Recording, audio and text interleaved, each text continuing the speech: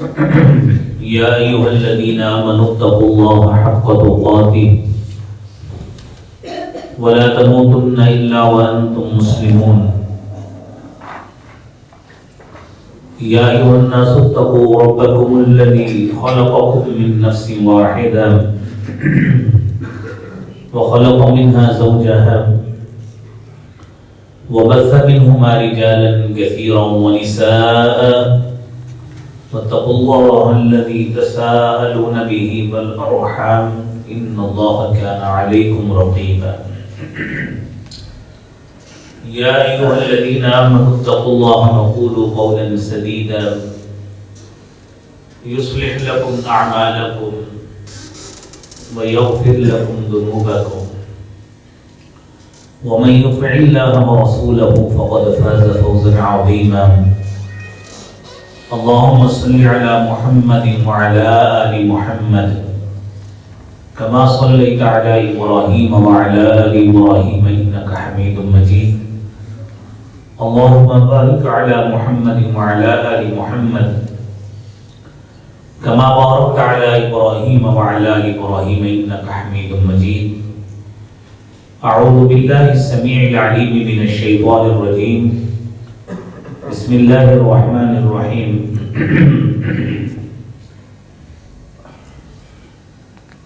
وأقيموا الصلاة وآتوا الزكاة واركعوا مع الراكعين صدق اللہ العظیم۔ حضرات محترم، اللہ رب العالمین نے ہمارے لیے جس دین کو مشروع کیا ہے وہ دین اسلام ہے،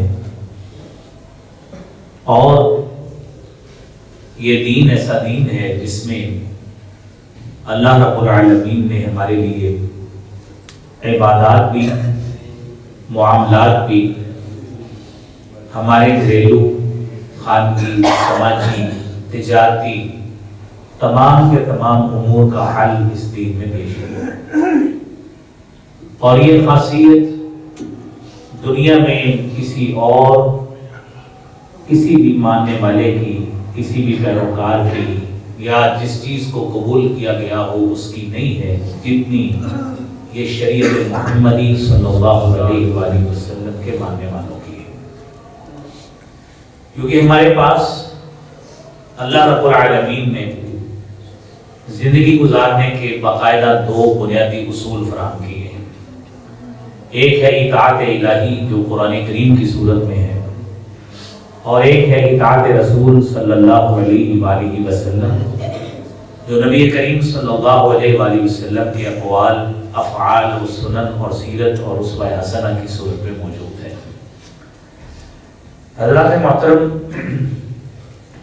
رمضان المبارک کا مہینہ چونکہ پیش آمدہ ہے، اور اس حوالے سے ہر مسلمان اس کی خواہش ہوتی ہے کہ میں نیکیاں اس اعتبار سے کروں کہ مجھے اللہ رب العالمین زیادہ سے زیادہ مجھے جو ہے نا وہ اجر اس کا عطا فرمائے، اور خواہش بھی ہے، دعا بھی ہے کہ اللہ کریم ہمیں بھی یہ توفیق عطا فرمائے۔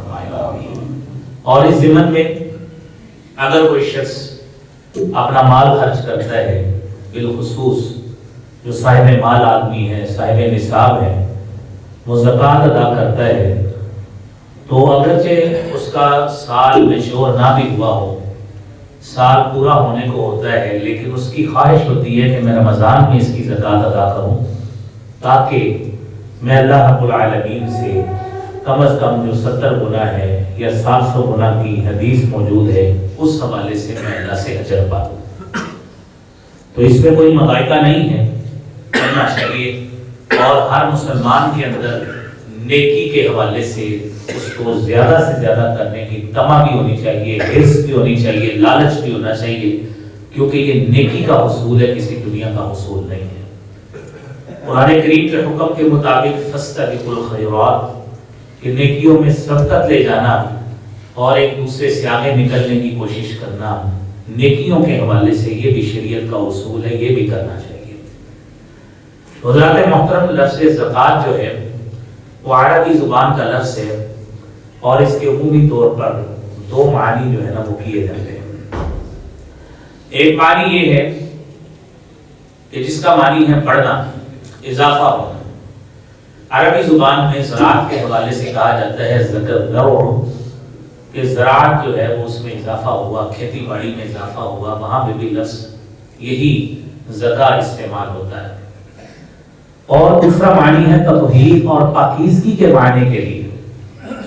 قرآن کریم کہتا ہے قد افلح من تزکا، تحقیق فلاح پائی اس شخص نے جس نے تزکیہ کر لیا، یعنی اپنے آپ کو پاکیزہ بنا لیا۔ گویا یہ عمومی طور پر جو معنی عوام کی سمجھ میں آنے والے ہیں وہ یہ دو ہی ہیں۔ تو زکوٰۃ کے حوالے سے اس کی اصطلاحی تعریف کیا ہوگی؟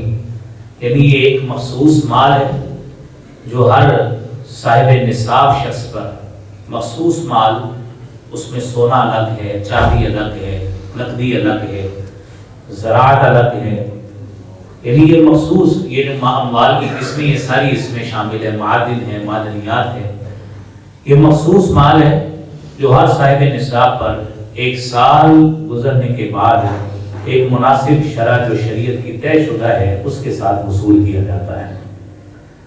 اب اس حوالے سے عمومی طور پر تو زکوٰۃ کا اصول یہی ہے، لیکن اس میں جو زراعت ہے، زراعت کے حوالے سے سالانہ اصول کا اتفاق نہیں ہوتا، بلکہ اس میں قرآن کی آیت کے مطابق آتوا حقہ یوم حصادہ، کہ جب فصل کی کٹائی ہوتی ہے وہ سال میں 2 مرتبہ ہوتی ہے تو اس میں سے اس کا حق دینا چاہیے۔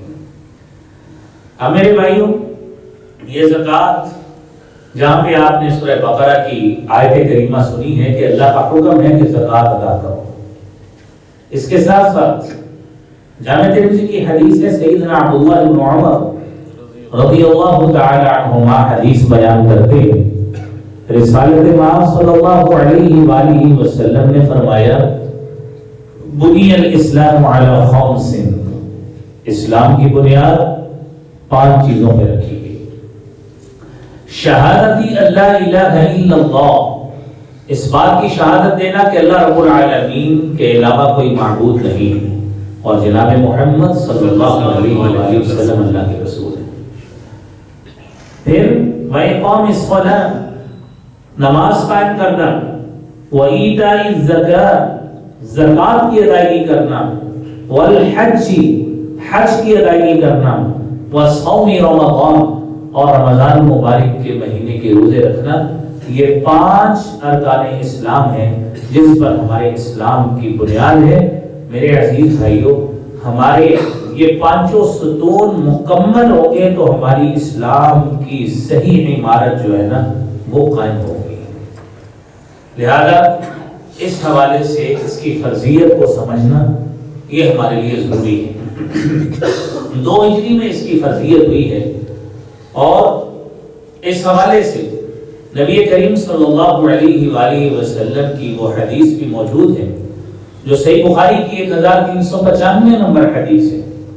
آپ علیہ الصلوۃ والسلام نے حضرت معاذ رضی اللہ تعالی عنہ کو مبلغ بنا کے یمن کی طرف بھیجا اور فرمایا، حدیث میں آتا ہے کہ ان نبی صلی اللہ علیہ وآلہ وسلم بعث معاذا الى اليمن، یمن کی طرف بھیجا، فقال ادعوهم الى شہادتی اللہ الہ الا اللہ، ان لوگوں کو اس بات کی جا کے دعوت دیجیے کہ اللہ کے علاوہ کوئی معبود نہیں ہے اور میں محمد صلی اللہ علیہ وسلم اللہ کا رسول ہوں۔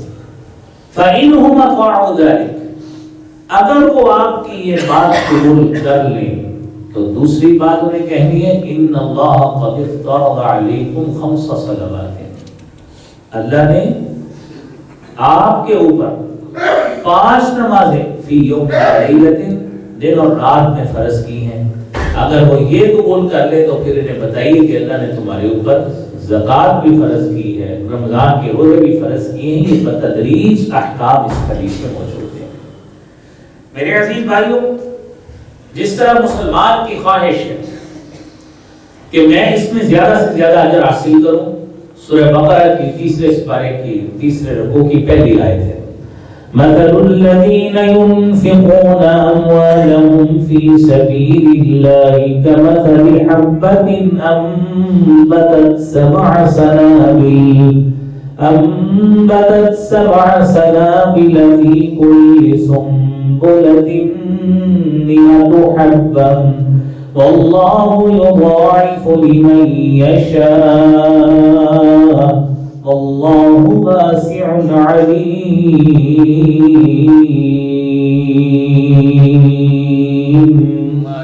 مثال ان لوگوں کی جو اللہ کے راستے میں خرچ کرتے ہیں، کمثل حبۃ، ایسی مثال ہے کہ دانہ ہے نا، دانہ، انبتت 7 سنابل، ہم اس کو زمین میں بوتے ہیں، اس سے 7 سٹے نکلتے ہیں، گندم کا ایک دانہ۔ پھر فرمایا فی کل سنبلۃ 100 حبۃ، اور ہر سٹے میں 100 دانہ ہوتا ہے۔ آپ نے ایک دانہ لگایا، اللہ نے اسے 700 بنا دیے۔ جو رب 700 کرنے پہ قادر ہے، وہ آپ کی نیکیاں 700 کیا، وہ اس سے بھی کئی گنا کرنے پہ قادر ہے۔ اللہ واسع علیم، اللہ بہت زیادہ وسعت والے ہیں، اور اللہ اس بات کو بھی جانتے ہیں، یہ جو صفت آگے استعمال ہوئی ہے واسع علیم، کہ کون سا بندہ اس نے کس نیت کے ساتھ میرے راستے میں خرچ کیا ہے، وہ مالک بخوبی اس کو جانتا ہے۔ میرے عزیز بھائیوں، یہ ہمارا ایک ایک روپیہ، ایک ایک پیسہ جو زکوٰۃ کی صورت میں ہم خرچ کریں گے، ہمیں یہ بات مد نظر رکھنی چاہیے، اللہ کے ہاں اس کا کتنا بڑا اجر ہے۔ صحیح بخاری اور صحیح مسلم کی حدیث ہے، فرمایا من تصدق بعدل تمرۃ من کسب طیب، جو شخص ایک کھجور کے برابر بھی کوئی چیز خرچ کرتا ہے لیکن کمائی اس کی حلال ہو، یہ ذہن میں رکھیے، کمائی اس کی حلال ہو۔ وَلَا يَقْبَلُ اللَّهُ إِلَّا طَيِّبًا، اور اللہ تعالیٰ کو صرف پاکیزہ مال ہی قبول کرتے ہیں۔ فَإِنَّ اللَّهَ يَقْبَلُهَا بِيَمِينِهِ ثُمَّ يُرْبِيهَا لِصَاحِبِهِ كَمَا يُرْبِي أَحَدُكُمْ فَلُوَّهُ حَتَّى تَكُونَ مِثْلَ الْجَبَلِ، اللہ تعالیٰ تمہارے اس چھوٹے سے صدقے کو جو خلوص نیت سے خرچ کیا ہوتا ہے، اللہ تعالیٰ اس کو اس طرح بڑھاتے ہیں، اس طرح اس میں اضافہ کرتے ہیں، فرمایا جس طرح تم میں سے کوئی ایک کما یربی احدکم فلوہ، ایک چھوٹا سا جانور کا بچہ، بکری کا بچہ، جس طرح بڑے پیار سے ہم اس کو پال کے بڑا کرتے ہیں، ہمارا صدقہ اتنا بڑھتا ہے حتی یکون مثل الجبل، وہ پہاڑ کے برابر ہو جاتا ہے۔ تو میرے بھائیوں، یہ جتنا خلوص ہماری نیکی کے اندر ہوگا، وہ انشاءاللہ اجر بھی اللہ کے ہاں اتنا ہی بڑا ملے گا۔ اور یہ ساتھ ذہن میں رکھیے، یہ زکوٰۃ جو ہے یہ کاروبار پہ بھی ہوتی ہے، آپ کے پاس راشن پڑا ہے اس پہ بھی زکوٰۃ ہوتی ہے، یہ زکوٰۃ آپ کے پاس کوئی اسٹاک پڑا ہے اس پہ بھی ہوتی ہے، اور اس میں کئی مسائل ایسے ہیں جو مقروض کے حوالے سے بھی ہیں، زکوٰۃ دی کن کو جاتی ہے وہ الگ مسائل ہیں، انفرادی زکوٰۃ بھی ہے، اور کئی چیزیں پے ایبل ہیں جو قابل ادائیگی ہوتی ہیں، کئی چیزیں وہ ہیں جو آپ نے قابل وصول ہوتی ہیں وہ کرنی ہوتی ہیں، اور کئی چیزیں ایسی ہیں جو ٹیکس ریٹرنز کی صورت میں نکلتی ہیں۔ تو یہ کئی اس طرح کی چیزیں ہیں کہ موویبل پراپرٹی، اموویبل پراپرٹی، جس کو ہم جائیداد منقولہ اور غیر منقولہ جائیداد کہتے ہیں، یہ تمام وہ قسمیں ہیں کہ جس میں سیر حاصل مسائل موجود ہیں، جتنی ہم سے انشاءاللہ گفتگو ہوئی وہ آج کے جمعہ میں انشاءاللہ کریں گے۔ لیکن یہ ذہن میں رکھیے، اگر کوئی شخص زکوٰۃ کا چور ہے، وہ سمجھتا ہے کہ میں شاید زکوٰۃ چوری کر کے پیسہ بچا لوں گا، اس کو سورۃ توبہ کی آیت ذہن میں رکھنی چاہیے، وَالَّذِينَ يَكْنِزُونَ الذَّهَبَ وَالْفِضَّةَ وَلَا يُنْفِقُونَهَا فِي سَبِيلِ اللَّهِ فَبَشِّرْهُم بِعَذَابٍ أَلِيمٍ۔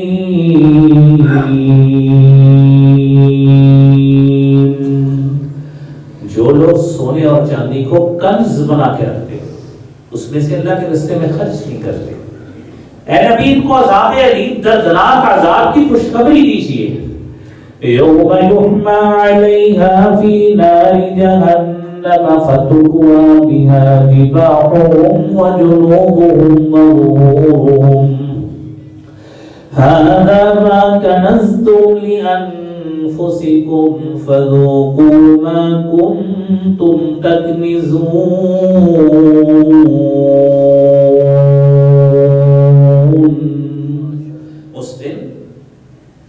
مال جہنم کی آگ میں تپایا جائے گا۔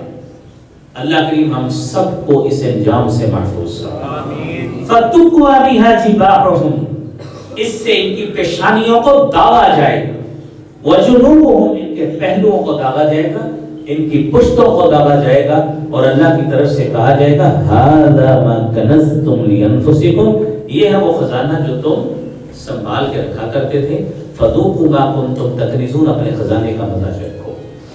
یہ سورہ توبہ کی آیت ہے۔ اور میرے عزیز بھائیوں، صحیح بخاری کی حدیث ہے، میرے نبی فرماتے ہیں من آتاہ اللہ مالا، جس شخص کو اللہ نے مال دیا ہے، فلم یؤدی زکاتہ، وہ اس کی زکات ادا نہیں کرتا، مثل مالہ یوم القیامہ شجاعا اقرع لہ زبیبتان، اللہ کریم اس کے مال کو قیامت کے روز ایک سانپ کی صورت میں بنا دیں گے، اور وہ سانپ توق بنا کے اس کے گلے میں ڈال دیا جائے گا، اور وہ سانپ کیا کرے گا، لہو زبیبتان، اس کی آنکھوں کے پاس دو نقطے ماتھے پہ ہوں گے جو اس کے زیادہ پوائزنس اور زہریلے ہونے کی علامت ہے۔ فرمایا وہ کیا کرے گا، وہ ثم یاخذ بلحظتیہ، سہم مال کی پاچھوں کو پکڑے گا اور کہے گا انا مالک انا کنزک، میں ہوں تیرا مال، میں ہوں تیرا خزانہ۔ آپ بتائیے جس مال کو سنبھال کے رکھا تھا، قیامت والے دن وہ مال سانپ کی صورت میں توق بنا کے ڈال دیا جائے گا۔ یہ صحیح بخاری کی حدیث ہے۔ اللہ کریم اس انجام سے بھی ہمیں محفوظ فرمائے۔ اللہ کے رسول صلی اللہ علیہ وسلم نے آیت کریمہ تلاوت کی، اسی حدیث کا حصہ ہے، وَلَا يَحْسَبَنَّ الَّذِينَ يَبْخَلُونَ بِمَا آتَاهُمُ اللَّهُ مِنْ فَضْلِهِ هُوَ خَيْرًا لَهُمْ بَلْ هُوَ شَرٌّ لَهُمْ سَيُطَوَّقُونَ مَا بَخِلُوا بِهِ يَوْمَ الْقِيَامَةِ وَلِلَّهِ مِيرَاثُ السَّمَاوَاتِ وَالْأَرْضِ وَاللَّهُ بِمَا تَعْمَلُونَ خَبِيرٌ۔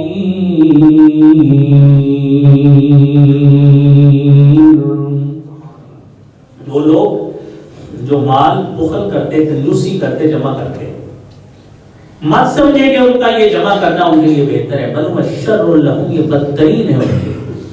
یہ مال توق بنا کے ڈال دیا جائے گا، ان کے گلے میں ڈال دیا جائے گا۔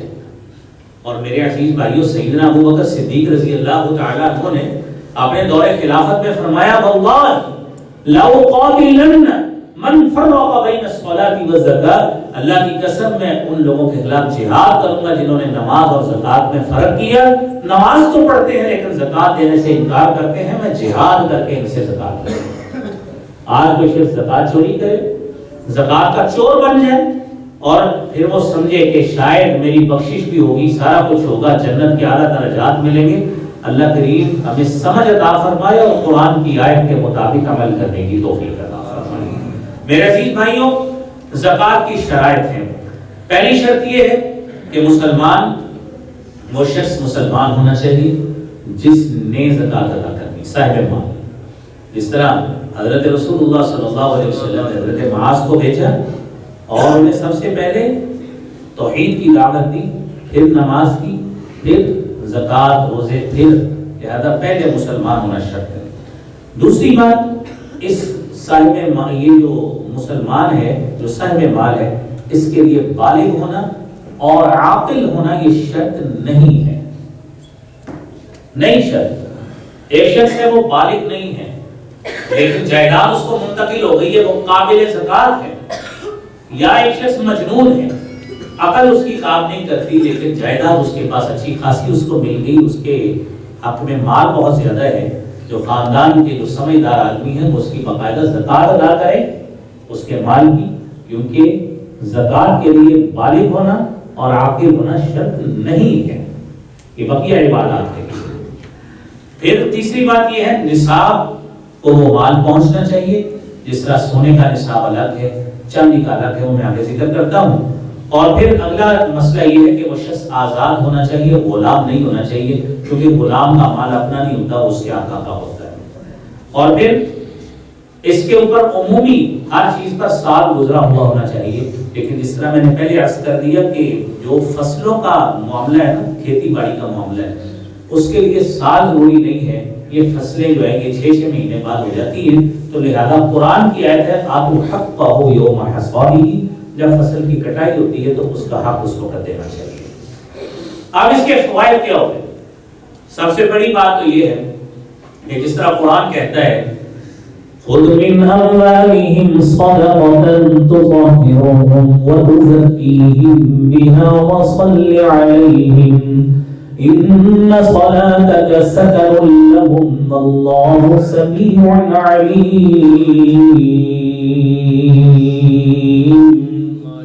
ان سے مال لیجیے، پھر آپ ان کو پاکیزہ بنائیے اور ان کے لیے دعا کیجیے۔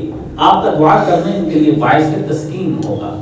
میرے بھائیوں، سب سے پہلے تو بات یہ ہے ہمارا مال پاک ہوگا، ہمارے اندر سے بخل والی عادت، کنجوسی والی عادت ہو جائے گی، غربا سے ہمدردی پیدا ہوگی۔ وہ اللہ کا دیا ہوا مال ہے، ہم شکر کے طور پر اس سے زکات نکالیں گے۔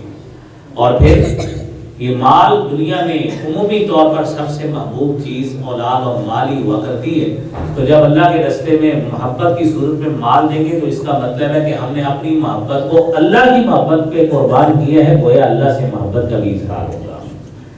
اور پھر میرے عزیز بھائیوں، اس کے ساتھ ساتھ جب زکات دیں گے، جو ڈیزرونگ لوگ ہیں جن کو زکات دیں گے نا، ان سے بھی دعائیں لینے کا ذریعہ بنیں گے۔ غربا سے محبت ہو، غریب آدمی صاحب مال کو دیکھ کر حسرت کی نگاہ سے نہیں دیکھے گا کہ سارا مال لپیٹی جا رہا ہے، وہ آپ کے لیے بھی دعا کرے گا کہ یہ بندہ ہر سال اپنا حق نکالتا ہے، مختلف غربا کو دیتا ہے، آپ کے لیے دعائیں بھی کرے گا، آپ کے لیے ہمدردی کے جذبات بھی رکھے گا۔ گویا اس میں کئی طرح کی حکمتیں ہیں جو اس زکات کے فوائد کی صورت میں آتی ہیں۔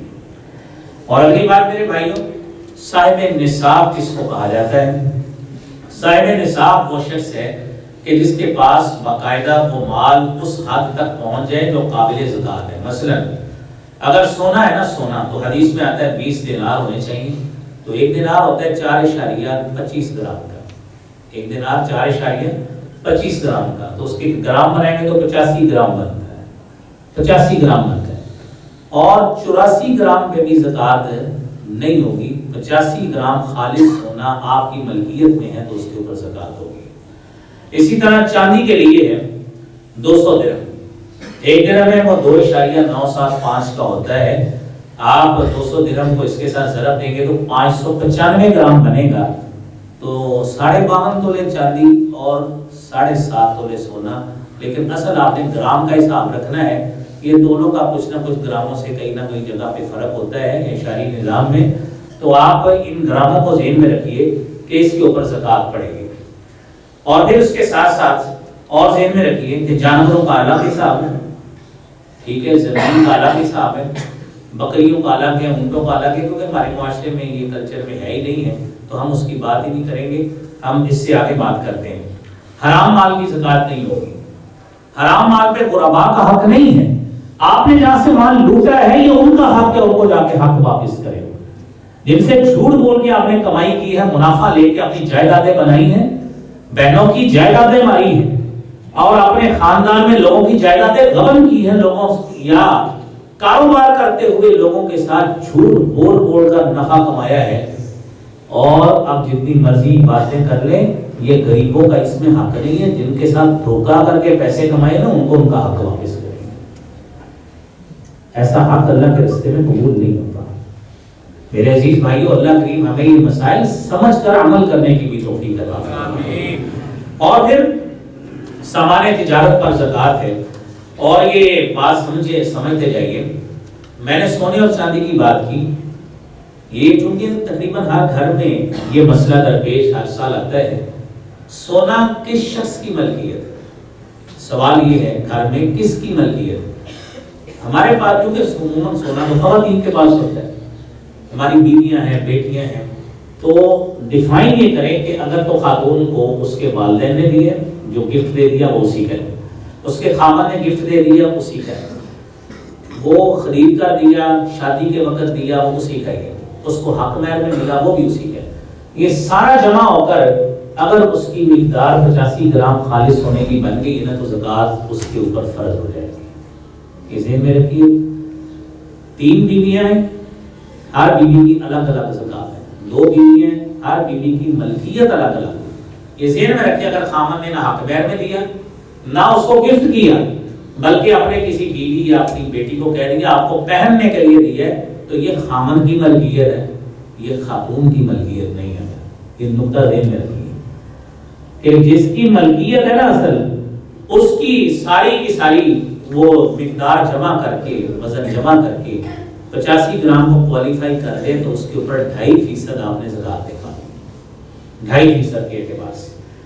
پھر اسی طرح ہی ہمارے کئی لوگوں نے سونا لے کے رکھا، ٹھیک ہے، یہ جی میں نے بچیوں کے لیے لے کے رکھا ہے، بچی کو دے دے. اگر وہ قابل زکات ہے، یعنی وہ 85 گرام سے ایکسیڈ کر گیا ہے، زیادہ ہو گیا ہے، تو وہ بچی اس کی زکات دے گی. اگر آپ نے اپنے پاس رکھا ہے نا تو کل کلا سونا مہنگا ہو گیا، منہ میں پانی ڈالے ٹپکنا شروع ہو گئی، یار یہ تو ڈالر بڑھ گیا ہے تو سونا بیچ ہی نہ دیں گے، اور جتنے سال آپ نے رکھے سارے سالوں کی زکات دینی پڑے گی. یہ ذہن میں رکھیے گا. تو اس لیے یہ سونے اور چاندی کا معاملہ بڑا حساس ہے. آپ کے پاس یہ سونے کا بھی مسئلہ حل ہو گیا، چاندی کا بھی. آپ کے پاس نقدی ہے، نقدی کے حوالے سے علماء کے دو موقف ہیں کہ اس کو کس اعتبار سے پڑھنا ہے. ہم ذاتی طور پہ ترجیح دیتے ہیں چاندی کے اعتبار سے. چاندی کیونکہ اس کی قیمت کم ہوتی ہے، چاندی آج بھی 2550 روپے تولہ ہے، 2550 روپے. تو اس کی اگر قیمت نکالیں گے نا تو اس کی قیمت بنتی ہے 1,33,875 روپے، یعنی 1,33,875 روپیز. 133,875 روپے اس کی قیمت بنتی ہے. آپ کے پاس اتنا مال موجود ہے، سال گزر گئے، اس کے اوپر زکات پڑ جائے گی. وہ مال اکاؤنٹ میں پڑا ہے، وہ گلے میں پڑا ہے، وہ گھر کے کسی ڈرار میں رکھا ہے، وہ کسی جگہ کے چھپا کے رکھا ہے. اتنا مال آپ کا سال میں موجود ہے نا، اس کے اوپر زکات ہے. یہ ذہن میں رکھیے. سامان تجارت ہو اس کے اوپر بھی اتنے پہ زکات پڑ جائے گی. اگر ہم سونے کے ساتھ اس کو ریٹ کو پرکھتے رہیں گے نا تو مشکوک کام میں ہم بہت ساری زکاتیں مس کر جائیں گے. تو ہمیں اس چیز کی زکات اس حوالے سے ادا کرنی چاہیے. اب سوال، تجارتی سامان، آپ میں سے اکثر لوگ تاجر بیٹھے ہیں، یہ مسئلہ آپ کے لیے بڑی اہمیت کا عامل. اس کو عربی زبان میں عروض التجارہ کہا جاتا ہے. کہ یہ ذہن میں رکھیے گا، آپ کا جو ذاتی مکان ہے جس میں آپ رہ رہے ہیں اس کے اوپر زکات نہیں ہے. وہ مکان آپ کا 1 مرلے کا ہے، وہ 1 کنال کا ہے، وہ بنگلہ ہے جس میں آپ رہتے ہیں، اس کے اوپر زکات نہیں ہے.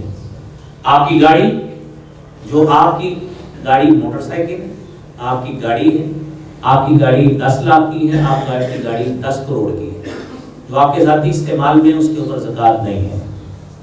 آپ کی دکان ہے جس کے اوپر آپ بیٹھتے ہیں، اس کے اوپر زکات نہیں ہے. سامان تجارت پہ زکات، جو اس کے اندر سامان تجارت ہے، وہ کیسے کیلکولیٹ کیسے کریں گے. آج آپ نے فرض کیا 1 مارچ کو آپ نے انویسٹمنٹ کی تھی 2023 کو، آپ نے کی 50 لاکھ کی انویسٹمنٹ. آج آگے 1 مارچ 2024، کھاتے اتنے سٹرونگ آپ کے ہونے چاہیے کہ آپ کو پتا ہو. پھر آپ کے ذہن میں ساری باتیں آتی ہیں، یار میں نے اتنے لوگوں کو پہلے لینے میں تھے، انہیں دینے بھی نہیں. تو آپ نے، اللہ نے عقل دی ہے، سمجھ دی ہے ماشاءاللہ. کبھی کسی کو آدھی قیمت پہ آپ چیز نہیں دیتے. ساری چیزیں ہمیں پتہ ہے، ہر چیز کا پتہ ہے. نہ ہم روٹی کو کوئی غلط چوٹی کہتے ہیں، ہمیں سارے حساب کتاب آتے ہیں. اگر دینے ہو نا تو ماشاءاللہ بڑے اچھے طریقے سے دے دیں گے. سامان تجارت کو کیلکولیٹ کریں، ٹھیک، جتنا آپ کے پاس پڑا ہے، جتنا گودام میں پڑا ہے، جتنا سٹاک میں پڑا ہے، جتنا آپ نے پیچھے پروسیسنگ میں لگوایا ہے، وہ ساری ملکیت ہے آپ کی، ساری ملکیت ہے. اس کو 1 سال پہلے آپ نے 50 لاکھ کی انویسٹمنٹ کی، آج سارا حاضر سٹاک آج کے ریٹ کے مطابق کیلکولیٹ کریں، آج کے ریٹ کے مطابق. پھر وہ سارے بل جو آپ نے لوگوں سے لینے ہیں، پتہ ہی ہوتا ہے کہ یہ پیسہ ڈوب گیا ہے، یہ کس نے دیا، اور یہ 1 مہینے بعد آ جائے گا، یہ 2 مہینے بعد آ جائیں گے، یہ ٹوٹ کے آئیں گے. یہ ہر دکاندار کو پتہ ہی ہوتا ہے. اس کو بیچ میں ڈالے، وہ آپ نے لینے ہیں. اب آپ نے، ظاہری بات ہے، آپ نے کام لوگوں سے چیزیں بیچ کر خرید کر آپ نے بھی دکان جو آپ نے دینے ہیں نا وہ پیسے اس میں سے نکال دیں. سمپل سا سادہ سا حساب ہے. ایک رات آپ کو اچھی طرح لگے گی جس کی سٹاک میں نا 100 قسم کا مال ہے. یہ اس کے لیے جس کا کام ہی ہے کہ فرض کیا ہے شخص کپڑا بیچتا ہے، اس کو صاف پتا ہے میرا اتنے کا مال ہے، اتنی میری سارا پروسیس میں لگا ہوا ہے، اتنا سٹاک میں پڑا ہے، اتنا مارکیٹ میں گیا ہوا ہے، اتنے میں نے پیسے لینے ہیں. وہ جو لینے ہیں جو پڑا ہے وہ سارا آپ کا ہے. اس میں سے جتنے پیسے آپ نے لوگوں کے بل واپس کرنے ہیں, یعنی ظاہری بات ہے کئیوں سے آپ نے دھاگا لیا ہوا ہے, کئیوں سے آپ نے ٹائم کے پیسے دینے, وہ سارے اس میں سے وہ کاٹ لیں. جو باقی پیسے رہیں گے اس کی آپ نے زکات دینی ہے. ذہن میں رکھیے گا آپ کے مال کی ورتھ 1,33,000 سے اوپر ہونی چاہیے, پھر زکات پڑے گی. چھوٹی سی دکان جس کا 50,000 کا مال ہے اس کے اوپر زکات نہیں ہوتی. اور پھر مال کو سال گزرا ہوا ہونا چاہیے, 1 سال. اور یہ ذہن میں رکھیے یہ مال آپ کو اللہ نے دیا ہے, 10 روپے زیادہ بھی چلے جائیں گے نا اللہ کے راستے میں جائیں گے. لہذا اس میں کوئی ایسا عمل مت کیجیے. کوئی بندہ سوچ لیتا ہے یار زیادہ پیسے چلے جائیں گے تو پھر کیا ہوگا. جس نے آپ کو 50 لاکھ کے 1 سال میں 1.25 کروڑ کر دیا ہے نا, آپ کوئی لاکھ زیادہ بھی دے دیں گے انشاءاللہ اللہ اس کو 2.5 کروڑ کرنے میں بھی کام کرے گا. تو عزیزان گرامی, یہ آپ نے کام کرنا ہے سارے پیسے جمع کر کے, جس طرح آپ کو میرا سمجھ آپ کو آ گئی ہے. اس کے بعد یہ ہے کہ آپ کے پاس ہمارے کئی دوست ایسے ہیں کہ انہوں نے قرض دیا ہوا ہے لوگوں. یہ بھی بڑا اہم مسئلہ ہے. آپ سے کسی نے 1 لاکھ روپیہ لیا, کسی نے 50,000 لیا, آپ نے کئیوں کو پیسے دیے. آپ کو پتا ہے یہ شخص اس نے 2 مہینے مجھ سے ٹائم لیا ہے, 2 نہیں تو 3 مہینے بعد واپس کر دیں. وہ آپ کے, وہ آپ کا مال ہے, اس کو اپنے مال میں شامل کریں. ایک شخص ہے, اس نے کہا کہ میں نے آپ سے جو ہے نا یہ مسئلہ بڑا اہم ہے. یہ بات مجھے ایک خاتون کا فون آیا, ایک شخص نے مجھ سے 5 لاکھ روپے ادھار لیا ہوا ہے. تو آپ نے تو ایک جگہ پہ مسئلہ بیان کیا کہ یہ اس سے ورث سے زیادہ ہے زکات والی سے, جو زکات پڑ گئی. میں نے کہا آپ نے اس کو 3 سال کے لیے دیا ہے. کہتی جی ہاں. کہتی میں تو اس سے کوئی فائدہ نہیں لے رہی, میں نے تو اس کو دیا ہے. جس نے 3 سال کے لیے لیا ہے نا, وہ اپنا اگر اس سے بزنس کر رہا ہے, یہ وہ بندہ اس کی زکات ادا کرے گا. یہ چیز پہلے طے کرتے ہیں اس سے. یہ اگر آپ نے سال کا پورا سرکل اپنے پاس رکھنے ہیں نا, پیسے انویسٹمنٹ کرنی ہے, تو اس مال کے پورے کے مالک آپ ہیں جس کو آپ نے دیے. پھر وہ زکات ادا کرے. اگر مہینے 2 مہینے والا مسئلہ ہے نا, 6 مہینے والا مسئلہ ہے, وہ پیسے آپ کو ریٹرن ہو جانے ہیں, وہ آپ اس کے مالک کے مقابلے دے رہے ہیں. اسی طرح میرے عزیز بھائیوں, ہمارے ہاں پلاٹ, دکانیں, یہ ساری چیزیں آپ نے پلاٹ اپنے لیے لے کے رکھا ہے, اس کے اوپر زکات نہیں ہے. آپ نے اپنے بیٹے کے لیے لیا ہے, بیٹے کے نام کروا دیں, کیونکہ کل کلام دل میں ایمان ہو سکتا ہے, ریٹ بڑھ جاتے ہیں نا, پھر دل کر پڑتا ہے یار بیچ ہی دئیے یار, وہ کاروبار شروع ہے, پیسے بھاؤ بڑھے جائیں. اگر بچے کے لیے لیا, بچے کو دے, اس کے نام کروا دیں, اس کے اوپر بھی زکات نہیں ہوگی. خالی لیے, خالی پڑا ہوا ہے, اس کے اوپر بھی زکات نہیں ہے. ہاں اگر آپ نے کام ہی یہ کرتے ہیں, آپ کا اور آپ کا بزنس یہ ہے کہ آپ پلاٹ لے کے بیچتے ہیں, تو یہی سمجھے آپ آج آپ نے 1.5 کروڑ کا پلاٹ لیا, 3 مہینے بعد آپ نے بیچ دیا, وہ 2.25 کا بک گیا ہے, پھر اس سے اور لے لیا, اوپر 20 لاکھ رکھ لیا خرچہ, اس کو اور انویسٹ کر دیا, وہ سارے پہ زکات پڑے گی. وہ آپ کا انویسٹمنٹ چل رہی ہے, وہ آپ کی انویسٹمنٹ چل رہی ہے. یہ جو بات میں نے کی نا جس پہ زکات نہیں ہے, یہ وہ جو آپ نے لے کے رکھا ہوا ہے کہ زندگی میں اپنے بچے کو دے دوں گا, یہ میں اپنی بیٹی کو دے دوں گا, یہ میں فلاں کو دے دوں گا, اس پہ زکات نہیں ہوتی. پھر اسی طرح جو چیزیں آپ نے کرائے پہ دی ہوئی ہیں, اس کے کرائے کے اوپر زکات ہے. اگر کرایہ جمع ہو رہا ہے, کرایہ آپ کا جمع ہو رہا ہے, تو کرایہ اکٹھا کر کے زکات پڑے گی. یہ سارے مسائل وہ ہیں, اس میں پوائنٹ آف ویوز مختلف ہیں, یہ بات ذہن میں رکھیے گا, پوائنٹ آف ویوز مختلف ہیں. علماء کے بسا علماء اصل قیمت پہ زکات ڈالتے ہیں کہ اصل جو آپ کی اماؤنٹ ہے نا اس کے اوپر زکات پڑے گی. اب ٹرانسپورٹرز ہیں, ٹرانسپورٹرز جن کی گاڑیاں ہیں, وہ پہلی تو بات ہے ان کی ساری گاڑیاں اپنی نہیں ہوتی, ان کا برانڈ چل رہا ہوتا ہے, لوگوں نے اپنی اپنی چیزیں انویسٹمنٹ کی ہے وہاں پہ. اب گاڑی کی چونکہ ورتھ کم ہوتی ہے, ساتھ ساتھ جس طرح وہ چلتی ہے گاڑی کی مارکیٹ ویلیو کم ہوتی ہے. 2 طریقے اس میں, دونوں طرح ہی موقف موجود ہیں. اگر تو آپ اس کا ڈیلی بیسس پہ حساب کر سکتے ہیں کہ مجھے اس مہینے میں میری گاڑی نے اتنی مجھے آمدن دی ہے, اس فلان گاڑی نے, مثلا گاڑی کا نمبر ہے جی 20 نمبر گاڑی نے مجھے اس مہینے 1.5 لاکھ روپیہ بنا دیا ہے, اتنے میں نے ڈرائیور کے نکال دیے, اتنے اس کا آئل بدلا گیا, یہ ہو گیا, 1 لاکھ روپیہ بچ گیا. ٹھیک ہے, یہ 1 لاکھ روپے کی آپ رکھیں, ابھی زکات اس کے اوپر نہیں پڑی, اور آپ اس کو مزید انویسٹ کرنے کا سوچ رہے ہیں. ٹھیک, اس طرح کر کے آپ کی گاڑیاں زیادہ ہیں, تو یا تو آپ آمدن پہ زکات دے دیں, تو آپ کو حساب اتنا جو ہے نا یہ باریک بینی سے کرنا پڑے گا. یا دوسرا موقع سیدھا ہے کہ کہ سال بعد اس گاڑی کا ریٹ بنوائیں، جو مارکیٹ ویلیو اس کا 2.5% نکال کے نا آپ زکات دے دیں۔ یہ سب سے آسان کہ اس کا 2.5% نکالیں۔ اللہ نے آپ کو کروڑ کی گاڑی دی ہے نا، وہ سال بعد وہ 90 لاکھ کی رہے گی جس طرح کی کیش ویلیو ہماری بس اوقات بڑھ بھی جاتی ہے۔ جس طرح کا 2 سال سے ڈالر کا ریٹ بڑھا ہے تو گاڑی کی قیمت بڑھ جائے گی، تو آپ 2.5 لاکھ روپے اللہ کے راستے میں دے دیں گے، کیا ہونے لگا؟ تو گاڑی کی قیمت پہ زکات دے دیں اور اس سے کمائی جتنی مرضی کھاتے رہیں، وہ مہینے میں آپ کی کھائی جاتی رہے گی۔ اگر پیسہ سال جمع رہا آپ کا، اتنا جمع رہا جو قابل زکات ہوگا تو اس پہ زکات دے دیجیے، اگر اتنا پیسہ جمع نہیں ہے تو زکات رہ جائے گی، گاڑی کی زکات آپ کی نکل گئی ہے۔ تو اس کے بعد عزیز بھائیوں سوال یہ ہے کہ کیا وقت سے پہلے زکات ادا ہو جاتی؟ مجھے 10 مہینے بھی ہوئے ہیں کہ جی ہاں زکات پہلے ادا ہو جاتی ہے، آپ اس کا حساب رکھیں گے اتنے میں نے دیے ہیں۔ حضرت عبداللہ بن عباس رضی اللہ تعالیٰ عنہ کی یہ حدیث موجود ہے۔ پھر کیا ایک علاقے کی زکات دوسرے علاقے میں جا سکتی؟ فیصلہ آباد کی زکات آپ کوئٹے لے جائیں، اس طرح جاتی نہیں ہے۔ اصل زکات کا نظام جو ہے نا وہ سینٹرلائزڈ ہے، گورنمنٹ کا نظام ہے۔ گورنمنٹ کے آفیشلز ہر جگہ پہ زکات و عشر کے محکمے بنے ہیں کہ وہ اسی جگہ پہ یوٹیلائز کریں۔ ہاں خدا نہ خواستہ کوئی ایسی کلیمٹی آ جائے، کوئی ایسی آفت آ جائے، سیلاب آ گیا، زلزلہ آ گیا، تو ایسی کیفیت میں پھر ایک شہر کے پیسے دوسرے شہر بھی چلے گئے۔ حدیث ہے تؤخذ من اغنیائہم فترد الی فقرائہم، ان کے اغنیاء سے زکات دی جاتی ہے، انہی کے فقراء کی طرف لٹائی جاتی ہے۔ کوشش یہی کریں اسی علاقے میں دیں، اور آپ کیونکہ ذاتی زکات دیتے ہیں سب سے پہلے اپنے رشتہ داروں کو دینے کی کوشش کریں۔ حضرت سلمان بن عامر رضی اللہ تعالی عنہ حدیث بیان کرتے ہیں، نبی اکرم صلی اللہ علیہ وسلم نے فرمایا ان الصدقۃ علی المسکین صدقہ، ایک مسکین کو عام کو آپ صدقہ اور زکات دیں گے تو آپ کو ایک ثواب ملے گا، وعلی ذی الرحم اثنتان، اگر وہی رشتہ دار کو ڈھونڈ کے دیں گے تو آپ کو 2 ثواب ملے گا، ایک صدقہ اور زکات دینے کا اور دوسرا رشتہ داری کا برم رکھنے کا آپ کو زکات ملے گا، وہ ثواب ملے گا۔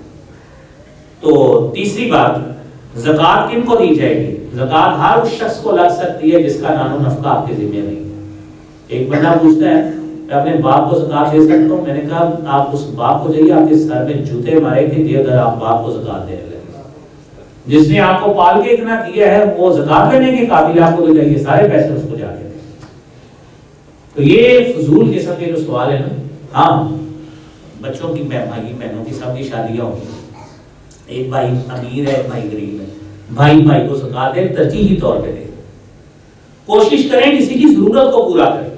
یہ جو ہے نا یہ مسئلہ بڑا اہم ہے کہ میں نے زکات رکھی ہوئی ہے، ایک کاپی جیب میں رکھی ہے، جو آتا ہے اس کو 500 دے دیتا ہوں، پتہ لگ گیا آپ بندہ ہے وہ 500 دے رہا ہے، 1000 دے رہا ہے، اس سے اس کی ضرورت نہیں پوری ہوتی میرے بھائی۔ اس لیے علماء کہتے ہیں کہ آپ جو ہے نا یہ جو راشن بنا کے دیتے ہیں یہ بھی ٹھیک نہیں۔ اس کے گھر میں مریض پڑا، آپ کہتے ہیں 5 کلو دال لے جاؤ، وہ کہتا ہے میرے گھر میں دوائی لانے کے پیسے نہیں، ہم کہتے ہیں 5 کلو گھی لے جاؤ، اس نے اس کو کیا کرنا؟ تو یہ بات بڑی اہمیت کی حامل ہے۔ اگر تو آپ کی زکات اتنی زیادہ ہے کہ آپ کے پاس نقدی اچھی بلی ہے، کوئی آپ کے پاس ضرورت مند آتا ہے آپ اس کو وہ دے دیتے ہیں، پیسہ دیتے ہیں، کوئی کہتا ہے میرے گھر میں راشن نہیں ہے آپ اس کو راشن دیں، پھر آپ کے لیے جسٹیفائڈ ہے۔ یہ ہمارے دوستوں نے بڑا یہ جو ہے نا یہ عمومی کام کیا ہوا ہے کہ میں بھی ہر سال راشن لے لینا۔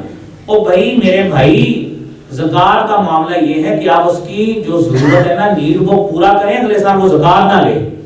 آپ اس کو 20 دن کا راشن دے کے اپنے سر سے فرض اتار لیتے ہیں ظاہری طور پہ، تو وہ بعد میں اس کی کیا کرے گا؟ ضرورت اس کی کوئی اور ہو تو آپ اس کو جو ہے وہ راشن پکڑائی جائیں۔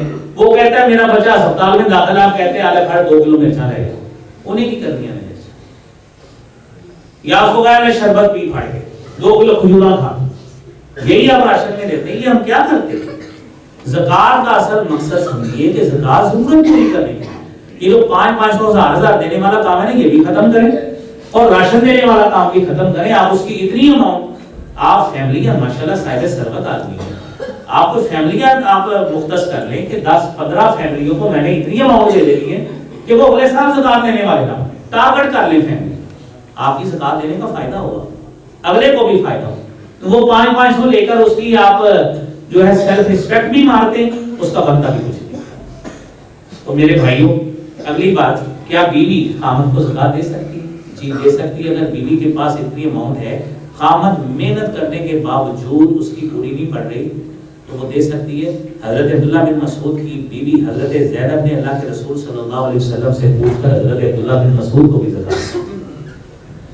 تو اگلی بات میرے بھائیوں، زکات فقیر اور مسکین کو دی جاتی ہے، معذور کو دیکھ کے نہیں دی جاتی۔ بسا معذور ایسے ہوتے ہیں وہ اچھے بڑے کام بھی کر سکتے ہیں، پڑھے لکھے ہیں، فن جانتے ہیں، وہ کام کر سکتے ہیں، لہذا معذوری دیکھ کے زکات نہ دیا کرے، ضرورت مند دیکھ کے زکات دیا کرے۔